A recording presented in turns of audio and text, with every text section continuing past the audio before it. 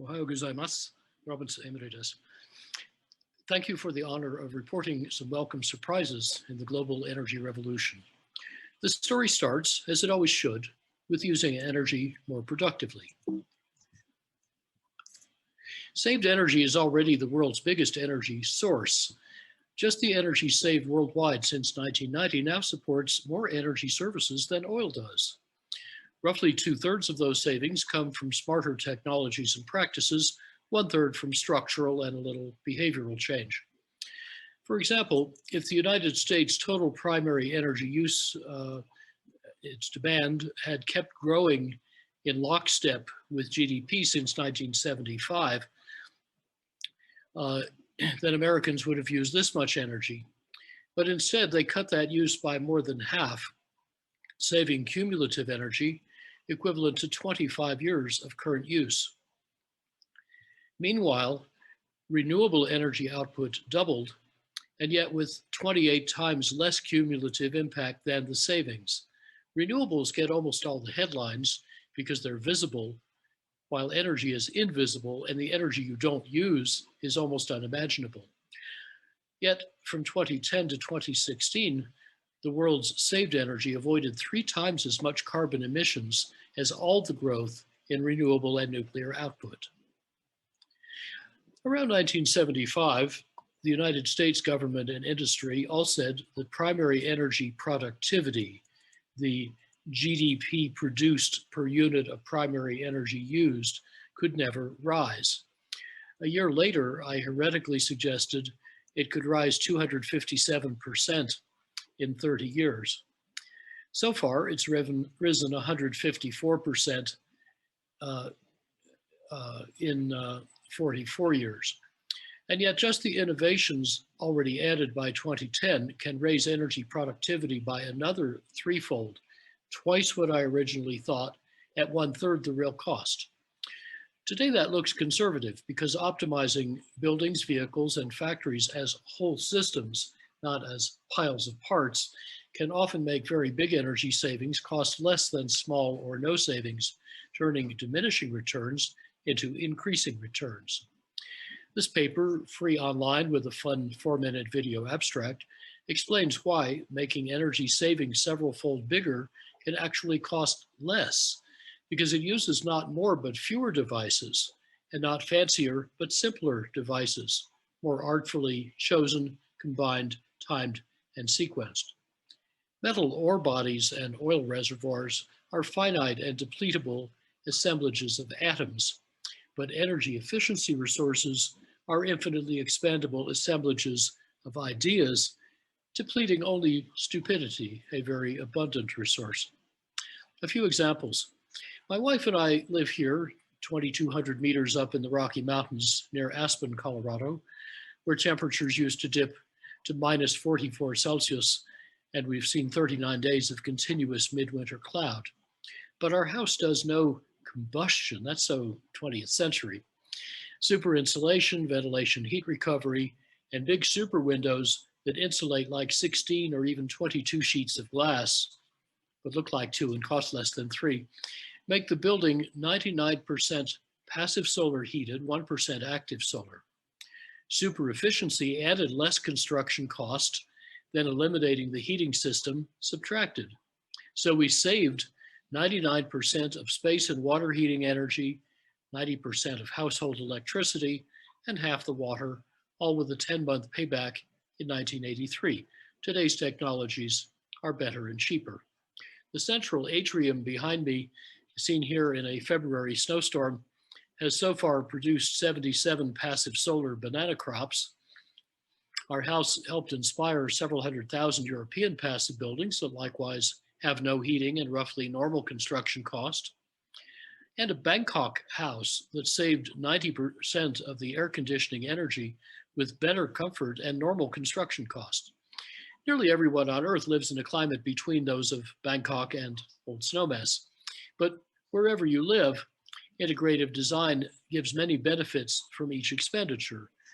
For example, this white arch at the top of the upper middle photo and behind me, it has 12 different functions, but only one cost. Such Integrative design let our Empire State Building retrofit save 38%, later 43% of its energy with a 3-year payback. 3 years later, our cost-effective retrofit saved 70%, making this half-century-old government complex more efficient than the then best new US office or the best Japanese small office retrofit, Takanaka's Higashikanto office, done without interrupting occupancy. Very good. But those buildings are only 1/3 as efficient as Rocky Mountain Institute's net positive, no mechanicals, passive office 10 minutes from here in the coldest North American climate zone. Now this German building is reportedly using 2/5 less energy still. And yet all these technologies existed more than a decade ago. What mainly improved is not so much technology as design. And design keeps improving. The Empire State Building's owner now aims to double its savings to 80%. In humid India, Rohan Parikh's team built 1.5 million square meters of offices using 80% less energy than normal with 10 or 20% lower construction cost, yet superior comfort and satisfaction. Glare-free daylighting, as you see on the right, is delivered throughout by contract. If workers complain of glare and demand blinds, the architect doesn't get paid. This month, the India-based Global Cooling Prize will announce who won the contest to develop affordable window air conditioners with at least 5 times lower climate impact than normal. The finalists include 2 large air conditioner makers that seem to have done much better. But first, better buildings can shrink or displace that cooling equipment. These passively cooled mid-rise apartments, proven popular in Mumbai's monsoon, use convectively vented double walls and super efficient ceiling fans to keep you feeling 16 to 19 Celsius degrees cooler at just 2% higher construction cost. With a few further refinements, they could deliver decent comfort with no air conditioning. In Europe, industrializing mass retrofits to net zero energy and streamlining their finance and soft costs is now getting cheap enough to finance entirely from saved energy, while extending building life and improving amenity, health, and value. This whole retrofit has even been demonstrated in Britain to be installable in a single day while you're off at work. Whatever exists is possible. The Intergovernmental Panel on Climate Change, IPCC, reported 6 years ago that among European new buildings on the left and retrofits on the right, with bigger savings towards the right in both graphs, the best projects saved up to at least 90% of their energy without raising the cost of the saved energy. Many projects do cost far more by not adopting the best practices shown, and the difference is a business opportunity. The best big building air conditioning systems in Singapore are already 3 times as efficient as Asian norms, and yet they deliver better comfort and cost less to build. Now, a remarkable experiment kept Singaporeans comfortable outdoors in a shaded pavilion the size of a bus stop shelter without fans or breezes and without drying or cooling the hot, humid air. People were cooled purely radiatively by absorbing far infrared radiation from their bodies into vertical panels circulating 17-degree water, separated from human air by a thin plastic sheet to prevent condensation. Panels cooled to 23 to 25 degrees can deliver comfort in outdoor Singapore temperatures up to at least 32 degrees with 80% relative humidity. Separately, such modest cooling has been achieved by special surfaces that passively radiate infrared rays to the sky in any weather. So even in direct sun, they feel cool to the touch. Combining all these passive technologies may provide summer comfort in buildings and vehicles in the Kansai climate using no or almost no electricity. Japan has some wonderfully efficient appliances, but technology continues to advance. Here are 2 examples from Switzerland. A fist-size heat pump that can deliver 6 to 15 units of hot water per unit of electricity, and a dramatically more efficient, safe, and otherwise superior electric cooking system using vacuum insulated pots and with a teppanyaki option.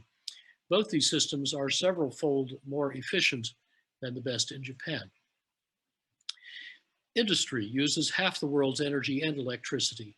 My team's latest $50 billion worth of industrial redesigns typically found about 30 to 60% energy savings on retrofit, paying back in a few years and far outperforming the brown zone in the upper left, where most energy service companies deliver disintegrated design. Our new build industrial projects generally found about 40 to 90% energy savings with lower than normal capital cost. Just better pipe and duct design, saving 80 or 90% of friction and therefore pumping power, could, if fully deployed, save roughly half the world's coal-fired electricity, with paybacks typically under a year in retrofit and instant in new build. But this isn't yet in any standard industrial textbook, government study, industry forecast, or climate model. Why not? Because it's not a technology, it's a design method. And few people yet think of design as a scaling vector, a way to make things big fast. To bring out friction, we simply use big pipes and small pumps, not small pipes and big pumps. And to eliminate elbows and their friction, we lay out the pipes first, then the equipment, laying out supply pipes as if they were drains. We bend minds, not pipes. Even without integrative design, US electricity use could shrink 25% by 2050, despite all electric automobiles and a 2.6-fold bigger GDP. This quadrupled electric efficiency would cost 1/10 as much as US electricity costs now. This overhang of unbought efficiency represents an unpriced but existential risk to current and planned power plant and grid assets. Integrative design can enlarge that risk, steering capital towards the clean winners. And even Japan has plenty of inefficiency to eliminate. The latest independent comparison in 2018 ranked Japan's commercial building efficiency 16th among 25 countries, its houses 6th, its cars 16th, and its freight efficiency 19th. Now, to be sure, Japan ranked second in industrial efficiency, but there's always more Kaizen to do, and not only in factories. Industry makes and applies materials, but elegantly frugal design can save at least half the world's cement and steel that now release 15% of total CO2. Substituting tension for compression structures typically gives better strength, aesthetics, and cost with about 1/8 the tons. Fabric forms permit optimal shapes that can save upwards of half the concrete in beams and sheets and other common shapes to deliver the same or better strength and stiffness. And then the weight savings snowball because you need less strength to hold up less weight. This folded concrete roof, pre-stressed with carbon fiber, is just 4 centimeters thick, but replaces a 30 centimeter thick steel and concrete slab, costs less, and saves 3/4 of the materials. This rendering of an airy bridge shows how 3D printing can eliminate most of the weight of concrete structures that mostly support their own weight. This stainless steel bridge shows the artistic potential of 3D printing. Next, substitute natural composites like wood, already in 85-meter towers and planned for 350 meters in Tokyo. Add carbon fiber to save much of the wood or concrete. Apply Taiheyo's carbon neutral bamboo concrete, and perhaps adopt carboxylate chemistries to make cement a net absorber of CO2. The same whole system design that we apply in buildings and industry could also make cars several-fold more efficient even before they're electrified, making their electrification faster and cheaper. Most of the energy needed to move a car is caused by its weight, and saving 1 unit of energy at the wheels leverages 5 or 6 units of fuel saved in the tank. This carbon fiber electric car that I drive made money from the first unit off the assembly line in 2013. Its carbon fiber was paid for by needing fewer batteries to move less weight, just as far, and then fewer batteries recharge faster. Integrative design compounds saved weight far more than other automakers assume. Assembly is radically frugal, eliminates conventional body and paint shops, and is much better for workers. Quadrupled efficiency of this car, equivalent to 53 kilometers per liter, is uncompromised and brings many driver benefits. Now, analyzing auto efficiency by the part, not the vehicle, conceals most of this opportunity to save several times more energy and more cheaply than current policy assumes. In a Society of Automotive Engineers paper last year, I graphed the official US technology by technology forecasts of how efficient new automobiles could become at what extra price. That's the curves on the left side. And then I graphed the points, 15 documented market products and designs from the auto industry in the United States, Japan, and Germany that optimized the whole vehicle, not just each part. Those integrative designs were up to several times more efficient than the forecasts predicted, yet they cost less. So today's efficiency standards are far more conservative than anyone thought, and electrification can be far cheaper and faster than today's overweight vehicles are yet exploiting. But even better is possible, more Kaizen, as in this example from an American startup company. Most drivers in most climates will never need to recharge this two-seat electric car because its solar cells capture enough energy to drive about 40 kilometers a day in Japan. To make a long trip, you can very rapidly recharge its batteries more for ranges up to 1,600 kilometers. My BMW and Tesla cars outside are among the most efficient sold, but this two-seat carbon fiber model due late this year will be nearly 3 times more efficient still, equivalent to at least 146 kilometers per liter. Its carbon fiber body looks very crashworthy, and based on Toyota's wonderful ultralight 4-seat 1/X concept car shown in 2007, perhaps Japanese automakers could make such cars even lighter. What about heavy vehicles? Well, my team helped Walmart's fleet of heavy trucks, the world's biggest civilian fleet, save half its fuel use per case in a decade, including smarter logistics. But better technology alone can profitably make US heavy trucks at least 3 times more efficient, as one maker expects to prove this year. Airplane efficiency, too, can rise 3 to 5-fold, like these decade-old designs in the lower row from Boeing, NASA, and MIT. But those innovations are already being surpassed. Tesla's heavy truck more than triples efficiency with pure electric propulsion, 40% sleeker aerodynamics, lightweighting that offsets the battery weight, and a 2-year payback.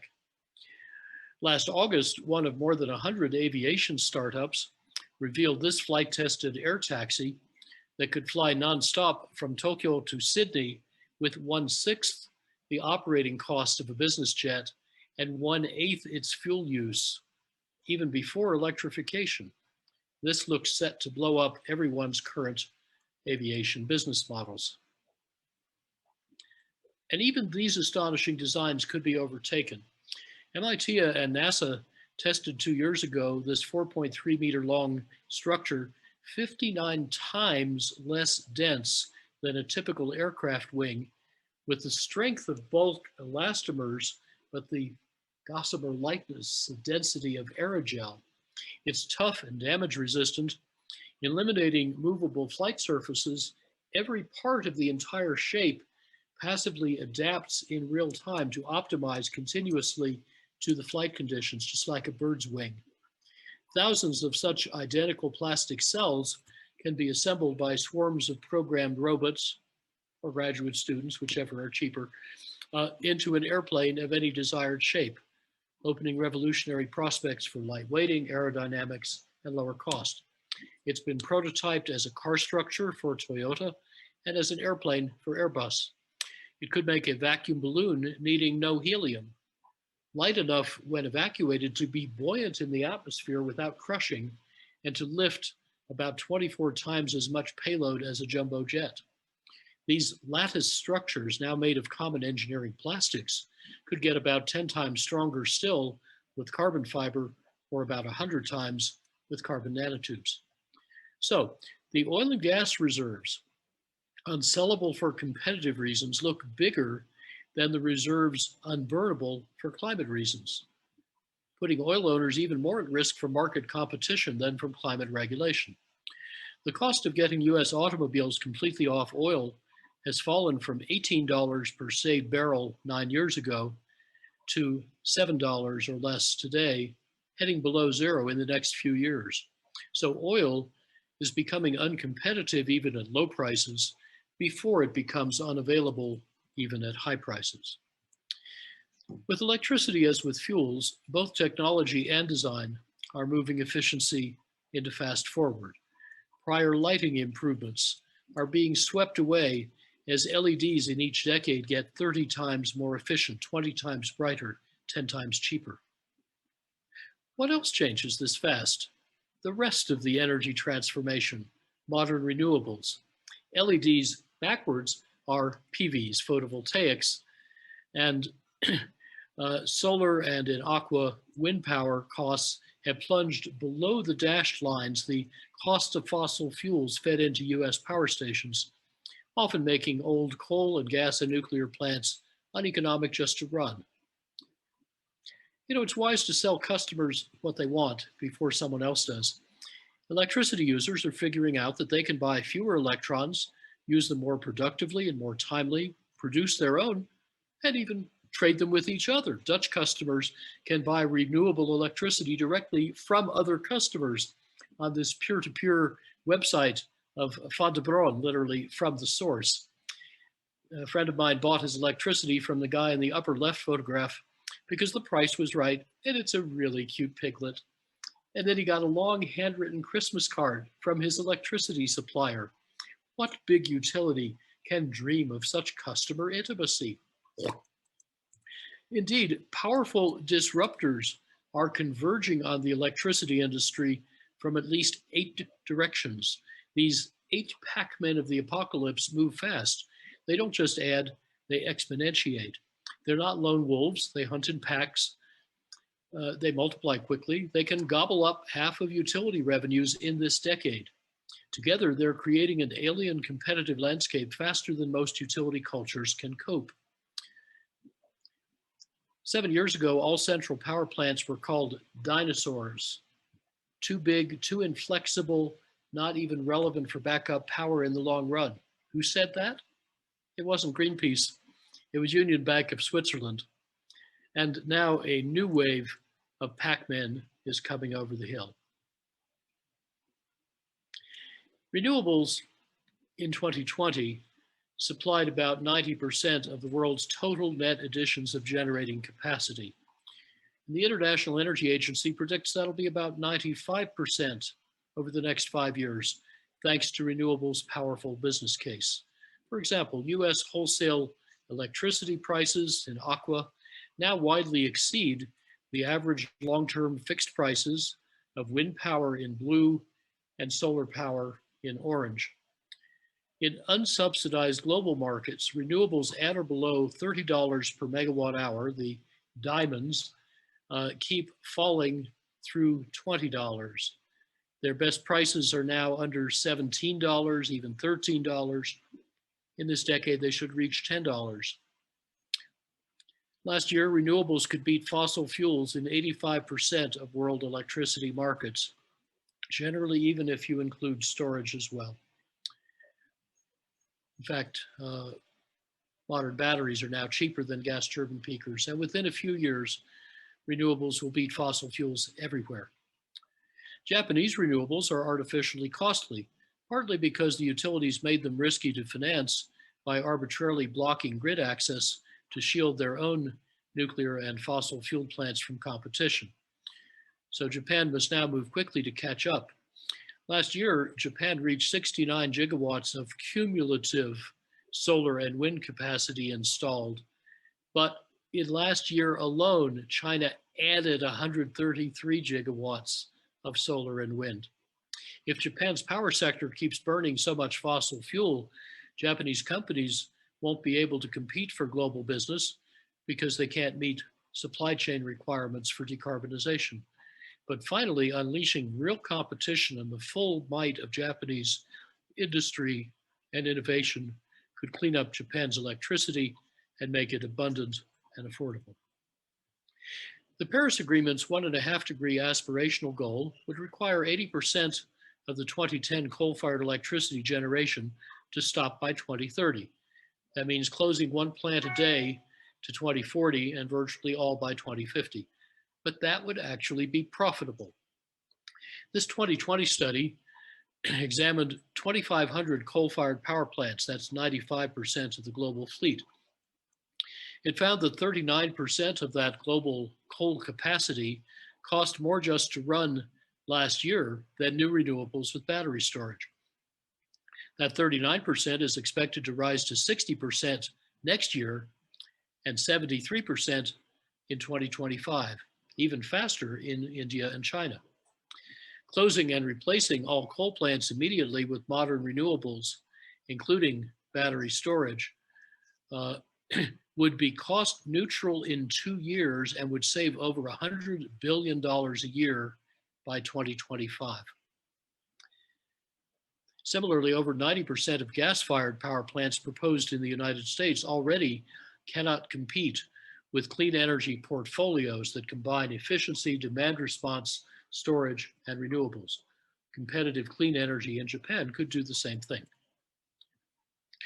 Now, varying solar and wind power do need careful grid balancing, but of the 10 ways to do that, the costliest one, giant batteries, do not actually look necessary.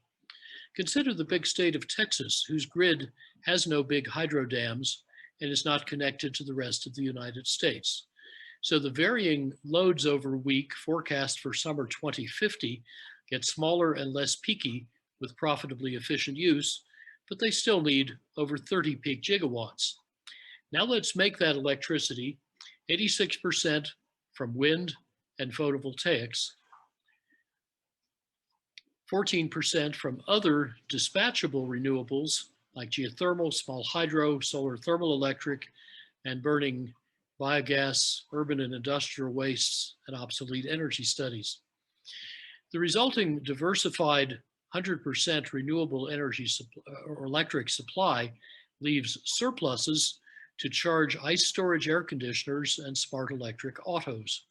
And then recovering that distributed storage when needed and filling the last gaps with unobtrusively flexible demand yields 100% renewable electricity every hour of the year with no bulk storage and with only 5% left over. So the economics would be excellent even at today's prices. Now, Japan could do similar choreography to what some other countries already do. Germany and Britain are over 2/5 renewably powered. Denmark expects to be 86% renewably powered by this year. Scotland 100%, both mostly wind powered. Already, they and other European countries with modest or no hydropower are meeting about 1/2 to 3/4 or more of their electricity needs from renewables, adding no bulk storage and with superior reliability. For Denmark and Germany, about 10 to 25 times US reliability. The ultra-reliable former East German utility, 50 Hertz, was 60% wind and solar powered in 2019, and now it targets 100% renewables, all reliably integrated by 2032. There's no technical reason Japan couldn't do similarly. So as my colleague Clay Stranger says, the grid operators have learned to run these grids the way a conductor leads a symphony orchestra. No instrument plays all the time, but the ensemble continuously makes beautiful music. Now add electric automobiles. In 2018, China sold more electric vehicles than the world sold the year before. Now there are over 300 models worldwide, about 500 planned next year. And indeed, last year, fueled cars global sales fell 14%, while plug-in car sales rose 43%, or 1 million more units. The only major exception was Japan, where plug-in sales fell 28% last year, while in Europe they rose 137%. The global average battery pack price fell 89% in a decade. The cheapest packs last year cost just $99. That's below what many experts still predict for 5 or 10 years from now. Within a few years, electric vehicles will cost no more to buy than today's autos, opening the floodgates. Will Japan's automakers be ready, I wonder? Futures favoring hydrogen and carbon capture bet on batteries failing. So far, that looks like not a good bet. 6 months ago, Tesla revealed its roadmap for making 135 times more battery packs at 56% lower cost per kilowatt hour. Abundant cheap batteries imply distributed solar everywhere, gas industry distress, the end of thermal power stations, vast distributed storage and demand flexibility, and perhaps much of the grid's becoming a stranded asset like phone company copper. This prospect gives utility executives nightmares and venture capitalists sweet dreams. It's easier to solve the car and electricity problems together than separately. In Amsterdam, you can drive your electric car to the world's greenest football stadium, plug it in to help power the stadium while keeping enough charge to get you home, and you get in for free. Many Nissan Leaf battery packs, 42% of them reincarnated for a second life, also provide valuable services to the grid. A firm called the Mobility House works with Daimler, Audi, and Renault to integrate auto batteries with the grid in Holland, France, and Germany. It provides already 10 of the 21 services offered by automotive grid integration, such as selling frequency stability to the German grid. And the company says by 2025, a smart bidirectionally charging electric car should generate an annual operating profit of about 83,000 yen. Already, the firm is earning 125,000 yen per auto battery per year by managing 6,000 electric vehicles or their battery packs. Meanwhile, efficient and electric autos are morphing from pigs, that is, personal internal combustion, gasoline, steel-dominated vehicles, to SEALs, shareable electric autonomous lightweight service vehicles. Those two changes in technology and three in business model are all simultaneous, mutually reinforcing, vigorously in play, and sped by smart policies and strong commercial ambitions in India and in China. Assembling all these opportunities together, our 2011 business and design book, Reinventing Fire, rigorously showed how to triple the United States energy efficiency and quintuple its renewables by 2050, needing no oil, no coal, no nuclear energy, and at least a third less natural gas, while saving $5 trillion in net present value, growing the economy 2.6-fold, strengthening national security, and cutting fossil carbon emissions 82 to 86%, yet needing no new inventions or national laws, but with smart city and state policies led by business for profit. The first 9 years of this 40-year journey are pretty well on track, green actual versus blue proposed, largely, I think, because the private sector smells the $5 trillion on the table. That's exactly what should be happening. Smart pandemic recovery investments like Europe's could accelerate both renewables and efficiency, solving two big problems at once. These best buys are also the most effective solutions to big global problems that hazard every country's security and prosperity. And if you like any of Reinventing Fire's outcomes, you can support the transition without needing to like every outcome or agree about which outcome is most important. Focusing on outcomes, not motives, can turn gridlock and conflict into a unifying solution to our common energy challenge. Stimulated by those US findings at the G20 5 years ago, the energy Research Institute of China's National Development and Reform Commission published its roadmap for China's energy revolution. It details how China can save over $3 trillion, run a 7 times bigger economy in 2050 than in 2010, but use today's energy 7 times more productively, shift supply 2/3 off fossil fuels, 83% in the power sector, with 69% of generation coming from renewables, emit 42% less carbon, burn 80% less coal, get 13 times more GDP from each ton of fossil carbon. This roadmap strongly informed the 13th five-year plan, whose energy authors were our steering committee, and I understand the 14th plan will continue this line. More than a third of Japan's nuclear capacity has closed, and most of the rest remains in limbo as utilities' credibility and financial strength ebb. Yet in just 9 years after 3/11, savings plus renewables displaced 150% of Japan's lost nuclear output if adjusted for GDP growth, 108% if not adjusted. Thus, Japan's old nuclear market has vanished before more reactors could restart, if restart even had a business case. Nuclear power is so uneconomic that globally it's adding each year only as much capacity as renewables add every 2 days. And virtually all nuclear capacity is centrally planned, not subject to market discipline. Efficiency in renewables generally costs less to build and run than just operating existing nuclear plants, let alone building more. Thus, buying efficiency and renewables whenever they cost less than running fossil fuel plants or restarting and running nuclear plants will save both the most yen and the most carbon per yen and per year. Germany's nuclear phase-out, agreed 2 decades ago and finishing next year, has brought major fossil fuel reductions and increased power exports.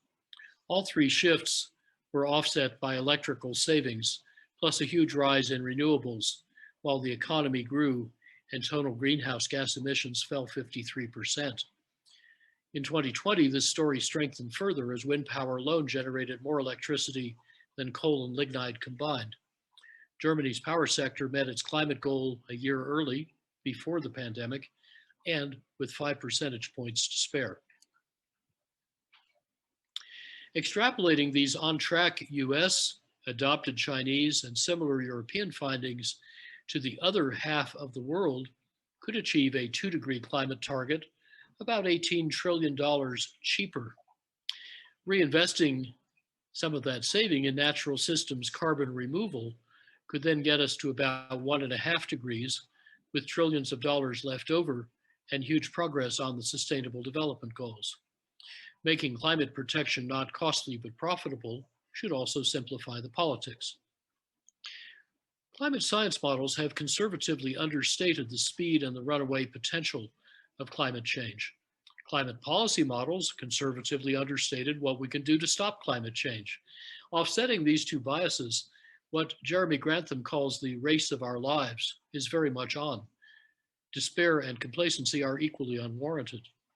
Global CO2 emissions were flat in 3 of the 5 years, 2015 to 19, as energy savings and carbon-free supply growth averaged roughly the pace we must sustain for 2 degrees, or half the pace needed for 1.5 degrees. So now we must accelerate with a powerful tool from capital market dynamics. You see, feeling the threat, incumbent energy suppliers understandably focus on the need for energy price to exceed cost. But many forget the other part of the business condition, that value must exceed price. If competitors offer a superior value proposition and run off with your revenues, it doesn't matter if you can profitably sell what your ex-customers are no longer buying. These energy transformations can flip markets with breathtaking speed, as Tony Seba's archival photos show. On Fifth Avenue in New York City in 1900, you have to look hard for the first car. 13 years later, you have to look harder for the last horse. The horse and buggy industry thought it would have many decades to adapt, but Ford's Model T got 62% cheaper in 13 years. Car-owning households soared from 8 to about 60% in a decade to 1928, three-quarters financed by General Motors and DuPont innovation called car loans. Today's solar modules just got 80% cheaper in 5 years. Three-fourths of US rooftop solar is innovatively financed. Ford's and Edison's industries are emerging to eat Rockefeller's industry. Thus, the pace of transformation is set not by incumbents, but by insurgents who are not inhibited by incumbents' business models, legacy assets, or cultures. Moreover, investors flee before customers do, because capital markets keenly sniff out disruption. Once they think you're in or even headed for the toaster, they don't wait for the toast to get done before they decapitalize you and invest in your successors. Already, trillions of dollars have prudently fled the fossil fuel industry as it hemorrhages capital, talent, and political influence. Today, the world's top 16 listed hydrocarbon companies combined are worth less than Apple. Investment analyst Kingsmill Bond explains this brutal logic. He says any fast-growing challenger will rapidly take all the growth in a slow-growing market. As a rule of thumb, incumbent sales will peak when the challenger gets to around 3% market share. That was US cars market share in 1910 when US non-farm horse sales peaked, just like these 6 examples. Why does this happen? Because most investors seek growth, not just size. And they try to sell just before sales peak, because then stagnation strands assets and competition drops prices. That's why the coal industry has lost 3/4 of its market value globally, 99% in the United States. But now this collapsing value is spreading to the oil and gas industries. Peak nuclear power, peak coal, peak automobiles, peak fossil power have already happened. More electric autos were sold worldwide in 2019 than the annual growth in total auto sales at their 2017 peak. So gasoline and diesel autos are entering their 4th year of decline.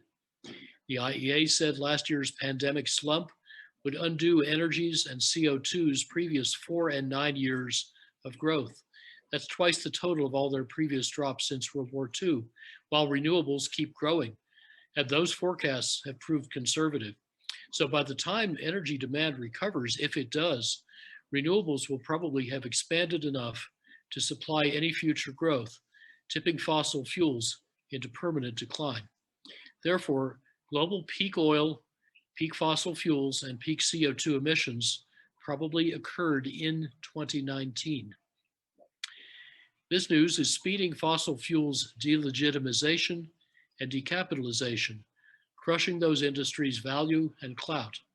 Investors are rapidly shifting their capital to efficiency and renewables.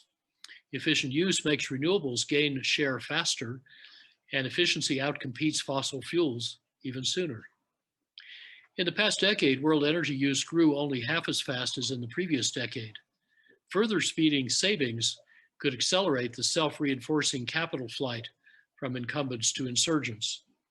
And as Kingsmill Bond and I just wrote in the reference at the bottom of this slide, some of that speed could come from deeper, cheaper energy savings through integrative design. Its contagious, visually transmissible ideas might spread at the speed of YouTube and Twitter, perhaps even rivaling the speed of scaling solar power. One last thought. The energy transformation I've summarized is not just fundamental, it's elemental. The first industrial revolution was the age of carbon, creating our prosperity and the world's mightiest industries from coal and oil and gas. But now that obsolete age of carbon is giving way to the modern age of silicon. Silicon microchips, telecommunications, and software turn people from isolated to networked, systems from dumb to smart, grids from analog to digital, and potentially from dirigiste to democratized. Silicon power electronics make electricity interconvertible and precisely applicable, replacing fiery molecules with obedient electrons. And silicon solar cells enable the ascent of energy from mining the fires of hell to harvesting the breath and radiance of heaven. So our responsibility and opportunity is to help enable the new energy system, not protect the old, to build back better, to move fast and fix things. So the global energy transformation can move at the pace and cost of design and software, not of infrastructure, and can be not constrained by the inertia of incumbents, but sped by the ambition of insurgents. Thank you all for your good work and your kind attention. Koseichou makatoni arigatou gozaimasu.